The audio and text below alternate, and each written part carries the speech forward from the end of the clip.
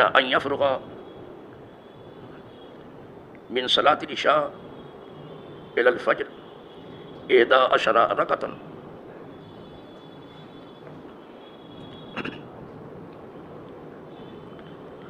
وسلم من كل ركعتين ويوتر بواحدة فيسجد سجدة من ساقة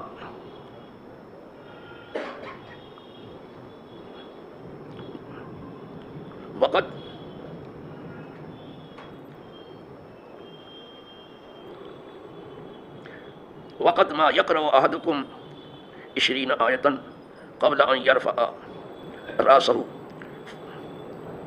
فإذا سكت المؤذن من صلاة الفجر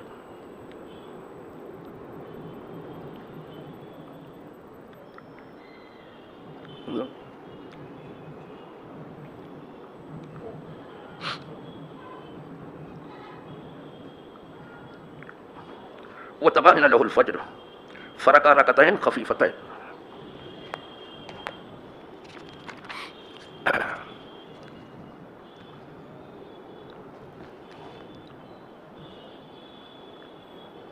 ثم استجع على شقه الأيمن حتى يأتيه المؤذن للإقامة فيخرج متفق علیہ۔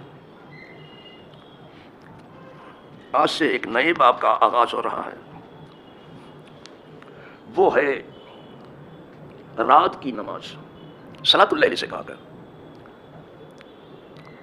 رات کی نماز سے مراد تہجد کی نماز ہے، ورنہ تو ہم لوگ بھی رات کی نماز پڑھتے ہیں۔ اب یہ عشاء جو ہم نے پڑھی رات ہی میں پڑھی، مغرب جو ہم نے پڑھی رات میں پڑھی، اس لیے غروب آفتاب کے بعد رات ہو گئی۔ طلوع آفتاب سے دن کا وجود ہے، غروب آفتاب سے رات شروع ہو جاتی ہے۔ تو اس سے رات کی نماز سے مراد تہجد کی نماز ہے۔ امت پر تو یہ فرض نہیں ہے تہجد، لیکن حضور کے اوپر تھی فرض۔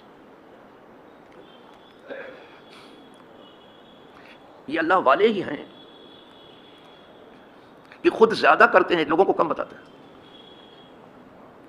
یہ اللہ والوں کا مزاج ہے۔ ہم کو 5 ہی نماز کا حکم ہوا، خود 6 پڑھتے ہیں، تہجد کی بھی پڑھتے تھے اور پابندی سے پڑھتے تھے، اور اتنا کھڑا رہنا ہوتا تھا آپ کا نماز میں کہ پائے مبارک میں ورم آ جاتا تھا، بلکہ بعض روایتوں میں ہے کہ قدم مبارک کبھی کبھی پھٹ جاتے تھے، بہت زیادہ کھڑے رہتے۔ اس سے پتہ چلتا ہے کہ نماز میں قیام کا درجہ بہت اونچا ہے، بہت اونچا ہے۔ نہیں تو اتنا کھڑے رہنے کی ضرورت نہیں تھی، آپ کا اتنا کھڑا رہنا کہ پائے مبارک میں ورم آ جائے، یہ بتاتا ہے کہ نماز میں قیام کا درجہ بہت اونچا ہے، اور ہونا بھی چاہیے، جیسا کہ کلام پاک میں ہے کہ وقوموا للہ قانتین، جناب الہی کی بارگاہ میں آپ فرما بردار ہو کر کے کھڑے رہو، کھڑے کھڑے۔ اسی لیے اپنے ہاں ہم دیکھتے ہیں، ہماری علالت نے ہمیں اپنے آگے کے مقتدیوں کو بھی دکھا دیا اور پیچھے کے مقتدیوں کو بھی دکھا دیا، اس لیے کہ ہم نے آگے بھی نماز پڑھی اور پیچھے بھی پڑھی۔ تو میں نے دیکھا کہ ہماری مسجد میں جو کرسی پہ پڑھنے والے ہیں نماز بیچارے، وہ سب کھڑے ہیں۔ کم از کم ان کی سمجھ میں یہ آ گیا ہے کہ قیام ہونا ہی چاہیے۔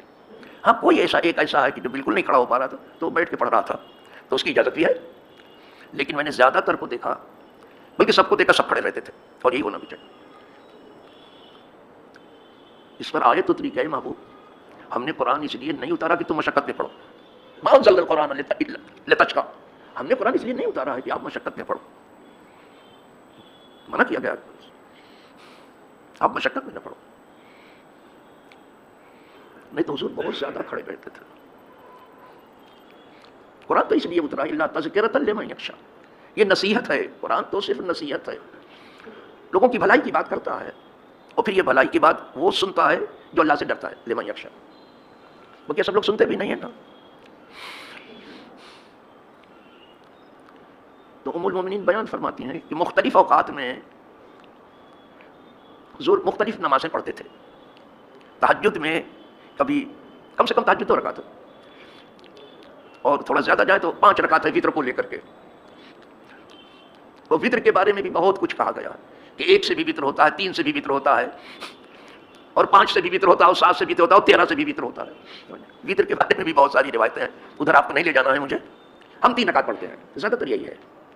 کچھ لوگ ایک ہی رکعت سے وتر بنا لیتے ہیں، وتر کہتے ہیں چلو ٹھیک، سب روایتیں موجود ہیں، کوئی بات نہیں. جو ایک رکعت سے کرتے ہیں کوئی حرج کی بات نہیں، جو 3 سے کرتے ہیں ٹھیک ہے. وہ احناف 3 سے کرتے ہیں. تہجد کی زیادہ سے زیادہ جو رکعتیں آئی ہیں وہ وتر کو لے کے 13 آئی ہیں. 13 رکعت ہمارے حساب سے 10 جو ہو جائے گا 2 کر کے وہ پڑھیں گے. اور یعنی اگر بہت پڑھا تو نہیں تو 2 رکعت پڑھ کے وتر پڑھ لیجیے. اور رمضان میں تو وتر ہی ہو جاتا ہے. تو حضور رات کو اٹھتے ہی تھے اور تہجد کی نماز پڑھتے ہی تھے. پھر جب مؤذن اذان دیتا تھا تو آپ فجر کی 2 سنت پڑھتے تھے. ام المومنین کہتی ہیں کہ اگر کوئی ضروری کام ہوا تو مجھ سے بات بھی کر لیتے تھے 2 سنت پڑھ کر کے حضور کہ عائشہ یہ کرنا ہے اور یہ کرنا اور یہ کرنا ہے یہ کرنا. اور اگر کوئی کام نہیں ہوا تو فجر کی 2 رکعت پڑھ کے لیٹ جاتے تھے آپ اپنی داہنی کروٹ. جیسے اذان ہوتی تھی ویسے 2 سنت پڑھ لیتے تھے. جیسے اذان ہوتی تھی ویسے ہی 2 پڑھ لیتے تھے، پڑھ کے آپ سیدھی کروٹ لیٹ جاتے تھے. پھر مؤذن آتا تھا کہ حضور اقامت کہنے جا رہا ہوں، تب حضور برآمد ہوتے تھے. اور ہمیشہ جو فجر کی سنت ہے مختصر پڑھتے تھے. پہلی میں قل یا ایھا الکافرون اور دوسری رکعت میں قل هو اللہ احد. اس طرح سے مختصر پڑھتے تھے. تو یہ رات کی بھی نماز ہو گئی. ویسے اللہ نے دن کو کام کے لیے بنایا اور رات کو آرام کے لیے بنایا. رات میں 1 گھنٹہ سو لینا دن میں کئی گھنٹہ سونے سے بہتر ہے. اس لیے یہ فطری کام ہے، قدرتی کام ہوا ہے. اور رات بھر جاگنا اور دن کو سونا یہ غیر فطری عمل ہے. لیکن ہم لوگوں میں یہ کمزوری آ گئی ہے، رات جاگنا اور دن کو سونا. یہ کمزوری غلط ہے. بس اتنا ہی جاگو کہ کچھ اللہ کو یاد کر سکو، تہجد ہو سکو جائے آپ کو کیسے ہو. ارے یہ حدیث ہے کہ بتائیں کہ حضور فجر کی سنت پڑھ کے لیٹ جاتے تھے، آرام کرتے تھے. کوئی ضروری کام ہو تو بات ہی کر لو، فجر کی سنت پڑھ کر کے کوئی بات نہیں، کوئی فرق نہیں آئے گا. اور کوئی ضروری بات نہیں ہے تو بس سیدھے فجر کی سنت پڑھو اور فرض پڑھنے کے لیے مسجد میں. اب حضور کا تو دروازہ ہی کھلتا تھا مسجد میں. اب دیکھیے صلاۃ اللیل کی بات آ رہی ہے.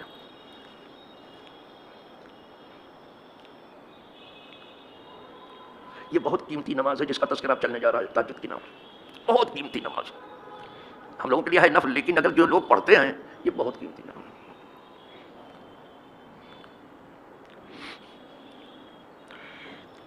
پہلی حدیث جو ہے بخاری مسلم سے سیدہ عائشہ سے ہے.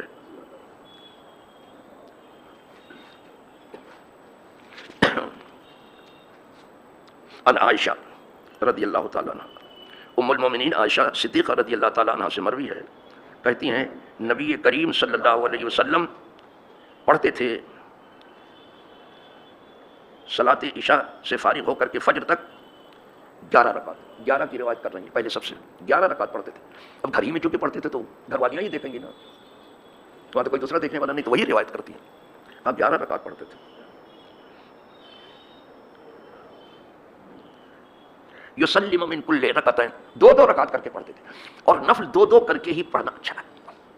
نفل 2 کر کے ہے بھی اور اچھا ہے. ویسے 4 کی بھی روایت ہے، 4 سے بھی پڑھنا سمجھو جیسا وقت ہو آپ سمجھ میں. لیکن 2 کر کے حضور پڑھتے تھے. یہ 2 کی روایت کر رہے ہیں کہ ہر 2 رکعت پہ آپ سلام پھیر دیتے تھے. ویوتروا بواحدہ، اور 1 رکعت اس 2 میں ملا دیتے تھے تو اس کو وتر بنا لیتے تھے.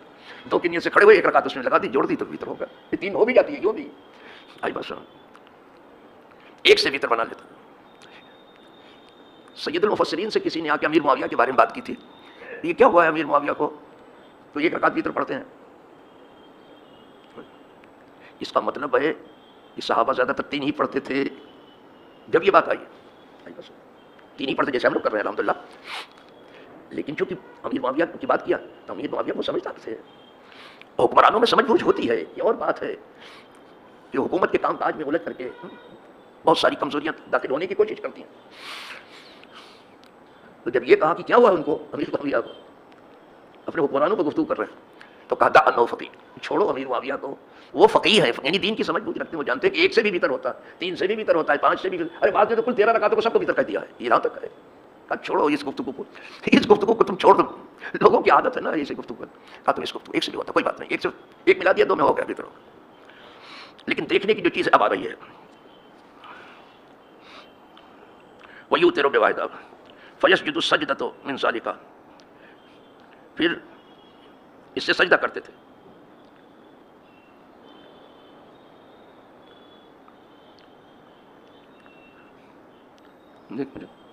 کہیں باریک ذرا پڑ جاتا ہے تو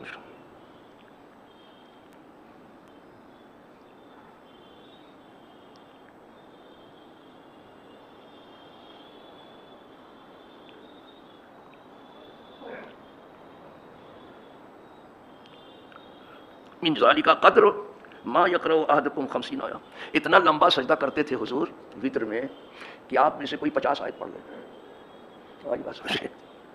یہ سرکار کی نماز ہے. 50 یعنی 50. اتنا لمبا سجدہ کرتے تھے. وطر آخر میں ہے نا، تو آخر والا سجدہ اتنا کہ تم میں سے کوئی ایک آدمی 50 آیت پڑھ لے. 50 آیت اندازہ کر کے کہہ رہے ہیں کہ 50 آیت پڑھ لے. میری خواب جب یہاں آپ کے بامبے میں ہماری اوائل عمر میں شامل ہوئی تو اشرف العلماء